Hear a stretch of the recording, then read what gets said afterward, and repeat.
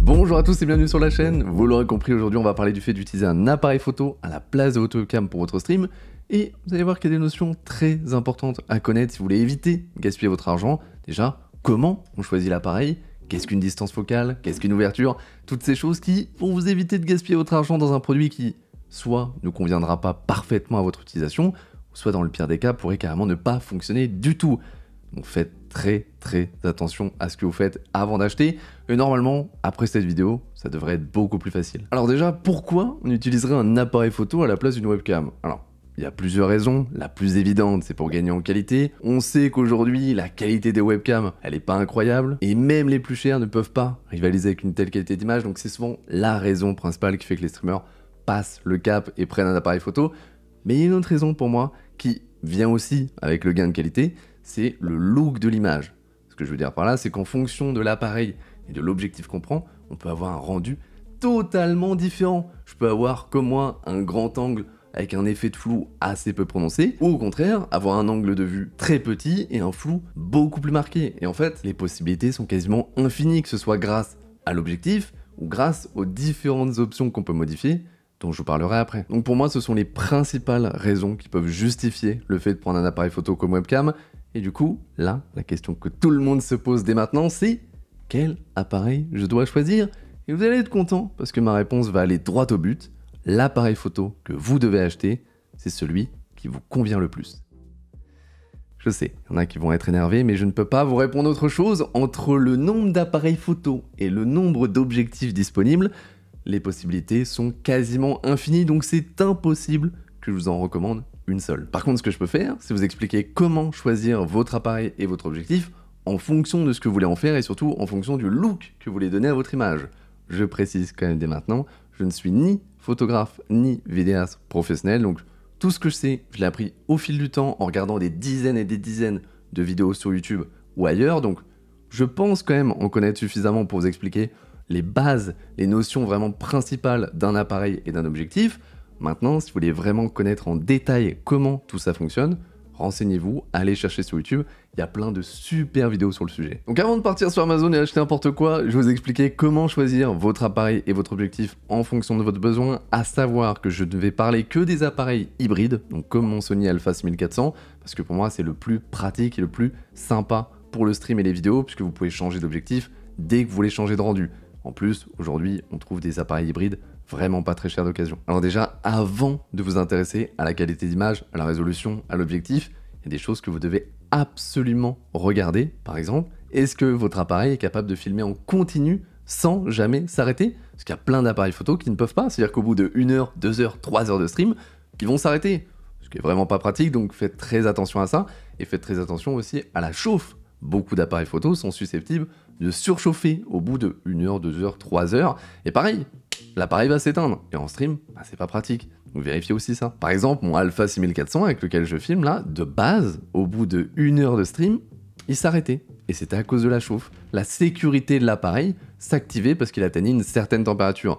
Je vous avoue qu'au début, j'étais un petit peu peur. Mais je me suis renseigné sur internet et il y a une option sur l'appareil à activer pour augmenter le seuil. Et ça abîme pas du tout l'appareil, c'est fait pour. Et aujourd'hui, heureusement, je peux stream autant de temps que je veux avec et plus jamais il s'éteint. Mais peut-être que votre appareil, il n'aura pas cette option. Donc, si jamais vous déboursez plusieurs centaines, voire milliers d'euros pour un appareil, un objectif, et qu'en fait, toutes les heures de votre stream, il s'éteint et vous devez attendre qu'il refroidisse, ce serait terrible et ce serait de l'argent gâché. Donc, vérifiez bien, faites attention à ça. Pour résumer, et prenez des notes, c'est très important pour votre achat. Vous devez vérifier que votre appareil peut enregistrer en continu sans jamais s'arrêter.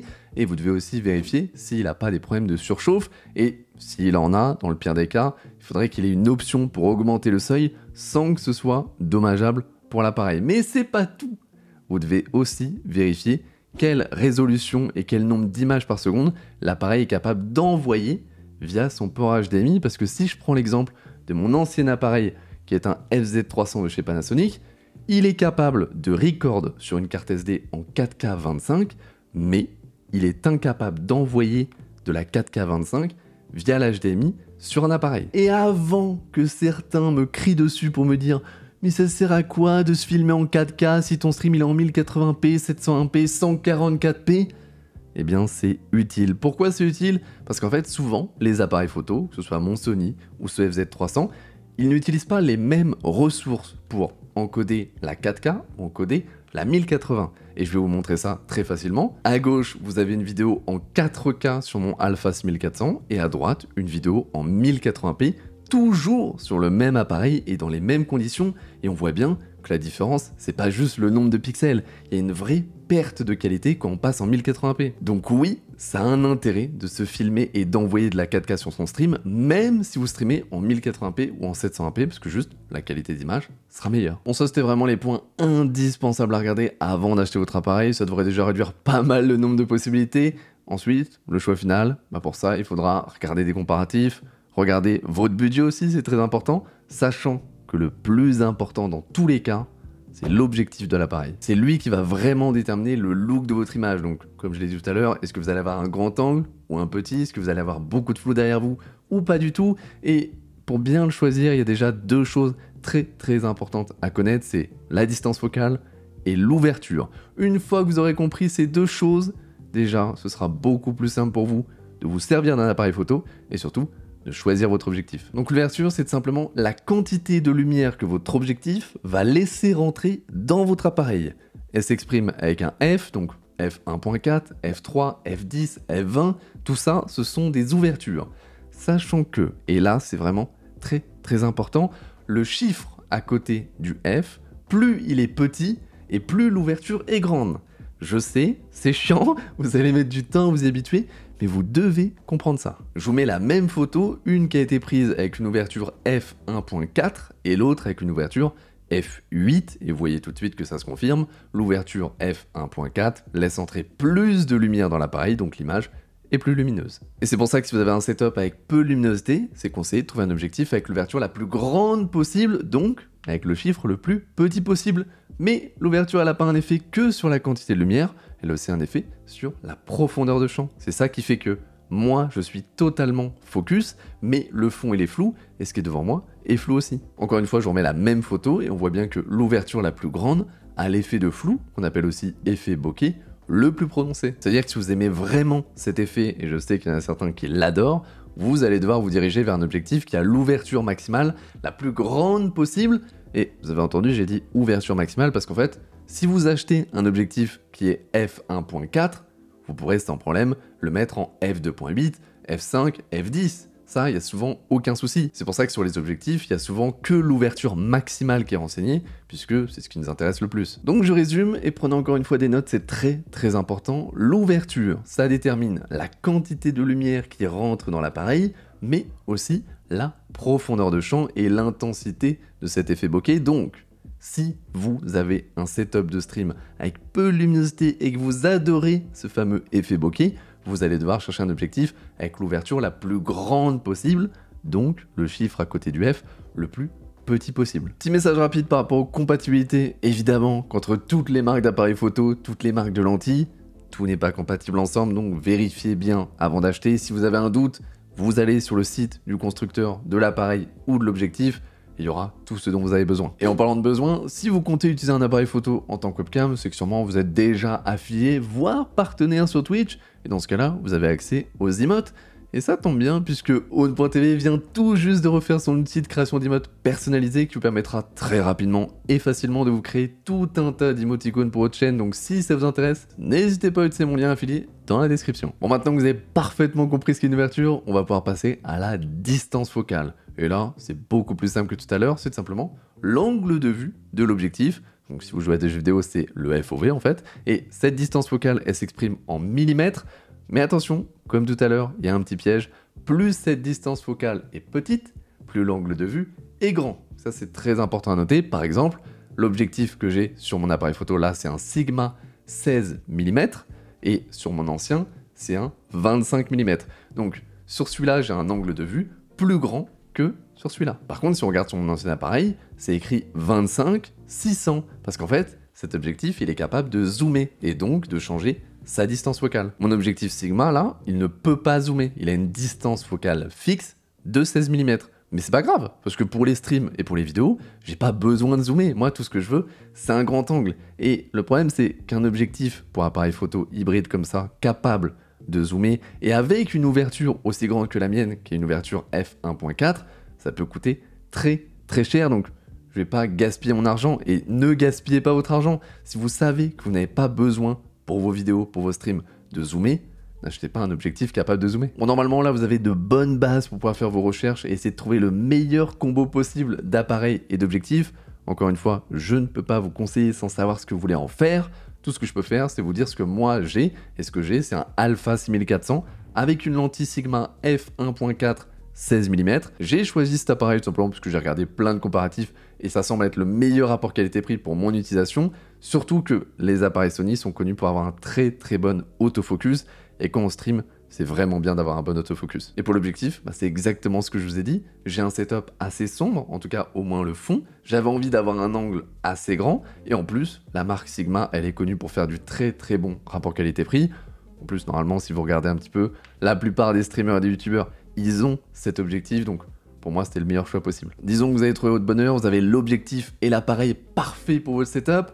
Vous allez cliquer sur le bouton valider la commande et attendez un tout petit peu parce que vous allez sûrement devoir rajouter des choses dans votre panier. Parce que simplement, comment vous allez faire déjà pour relier l'appareil à votre PC? Pour ça, il vous faut une carte de capture. Ce qu'on utilise le plus souvent, c'est un Camlink. Mais si vous avez une carte de capture qui traîne chez vous, vous pouvez l'utiliser sans problème. Faites attention quand même, regardez quelle résolution elle est capable de faire parce qu'il faut que ça matche avec l'appareil. Mais la carte de capture, ça, c'est évident pour la plupart d'entre vous aujourd'hui. Ce qui l'est moins par contre, et on n'y pense pas du tout, c'est comment vous allez alimenter l'appareil pendant plusieurs heures. Parce que une batterie, ça tient pas 3, 4, 5 heures. Moi, ma batterie, si je recorde en 4K pendant 2 heures, elle est morte. Donc est-ce que je vais acheter 5 batteries et les changer en plein stream ? Je peux, hein, on peut, mais on va pas faire ça. Ce qu'on va faire, c'est acheter une demi-batterie. C'est en fait une fausse batterie que vous mettez dans l'appareil et que vous branchez sur secteur. Et ça permet d'alimenter en continu votre appareil pendant autant de temps que vous voulez. Et là, comme pour tout ce que vous allez acheter, vérifiez bien les compatibilités. Évidemment qu'une demi-batterie Sony va sûrement pas marcher avec un appareil Canon et même parfois avec d'autres appareils Sony. Donc vérifiez bien que la demi-batterie que vous achetez marche avec votre appareil. Et la dernière chose que vous allez devoir acheter pour votre setup, c'est un moyen de tenir cet appareil photo. Du coup, le moyen le plus simple, c'est d'acheter un trépied, vous le mettez derrière le bureau, et c'est parfait. Sauf que si vous êtes comme moi, et que vous n'avez pas la place de mettre un trépied entre le bureau et le mur, vous êtes un peu embêté. Alors, moi, la solution que j'ai trouvée, c'est de prendre une barre comme celle-ci, je la fixe entre le plafond et le sol, et dessus, j'attache un bras sur lequel je mets mon appareil. Alors c'est clairement pas la solution la moins chère, je suis bien d'accord, mais pour moi c'est la meilleure et ça évite la solution que beaucoup choisissent par défaut, qui est de relier l'appareil à un bras directement sur le bureau. Ça semble être la bonne solution comme ça, c'est sûr, mais en vrai, dès que vous allez bouger le bureau, la caméra elle va bouger, et je l'ai remarqué sur plein de streams, même celui de Zerator, dès qu'il s'énerve un peu sur le bureau, la caméra elle bouge, et ça peut même parfois la déconnecter, alors que moi, il n'y a aucun souci, je veux dire, la caméra, elle est reliée à une barre qui, elle, est reliée au plafond, au sol.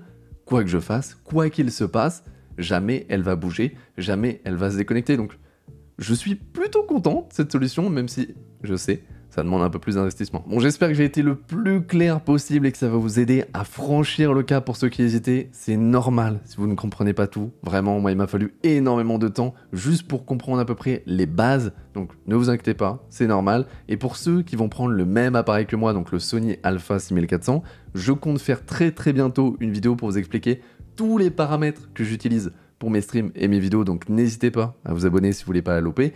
Et si jamais vous avez peur de faire des bêtises quand vous allez acheter votre appareil, votre objectif, tout ce que vous voulez, envoyez-moi un MP sur Discord.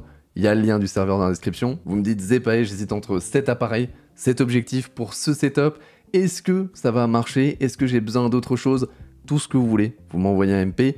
J'essaierai de vous répondre le plus rapidement possible. Comme d'habitude, amusez-vous et on se retrouve dans la prochaine.